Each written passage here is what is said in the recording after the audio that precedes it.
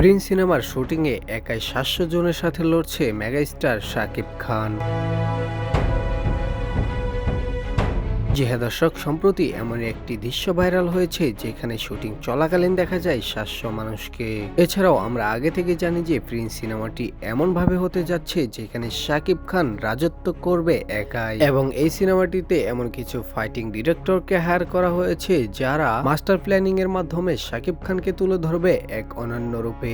এছাড়াও আমরা গত ঈদে তাণ্ডবে দেখেছিলাম শাকিব খানের অ্যাকশন স্কিল এবং অ্যাকশন ডিরেক্টরের কমিউনিকেশন মিলিয়ে এই সিনেমাটি যে জাঁকজমকপূর্ণ হতে যাচ্ছে তা বলার আর ভাষা রাখে না। বিগ বাজেটের এই সিনেমাটিতে ভারতের অ্যাকশন মাস্টার সিনেমাটোগ্রাফার থেকে শুরু করে সমস্ত কাজই যেন ভারত ফিল্ম ইন্ডাস্ট্রির লোকদের দিয়েই করাচ্ছে। তবুও এমন লোকদের দিয়ে কাজ করাচ্ছে প্রিন্স টিম যারা অতীতে এনিমেল কিংবা শাহরুখ খানের পাঠান সিনেমায় কাজ করেছে। প্রিন্স সিনেমাটি যে শাকিব খানের কেরিয়ারের সর্বোচ্চ সিনেমা হতে যাচ্ছে তা বলার আর ভাষা রাখে না।